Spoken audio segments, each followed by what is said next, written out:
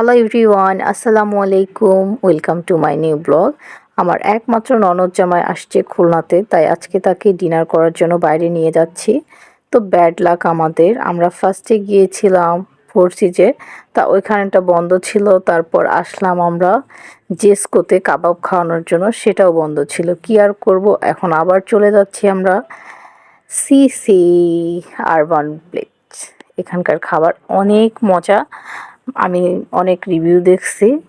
তো আমরা চলে আসলাম, আর রেস্টুরেন্টটা অনেক অনেক সুন্দর। এখন আমরা কোথায় বলবো সেই জায়গা খুঁজতেছি। আর যেহেতু আমরা পিৎজা অর্ডার দিব, আর পিৎজার অর্ডারটা 11টা পর্যন্তই, আর আমরা অনেক লেট করে আসছি, বাসায় গেস্ট ছিল, এই জন্য আর সব কিছু মিলায় অনেক লেট হয়ে গেছে। তো আমরা ফার্স্টে অর্ডার দিলাম স্যান্ডউইচ। এদের স্যান্ডউইচটা অনেক মজা, আর ওয়েজেস আর চিকেন চিলি।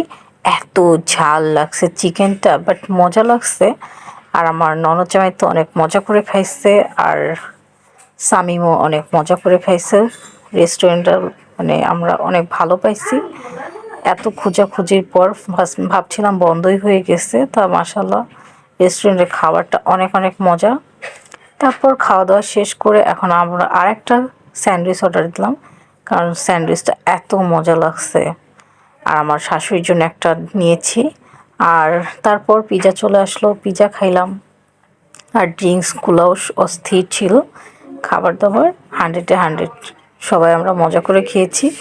এখন আমরা একটু ঢং করে ছবি টবি তুলতেছিলাম, তারপর এখন বাসায় চলে যাচ্ছি।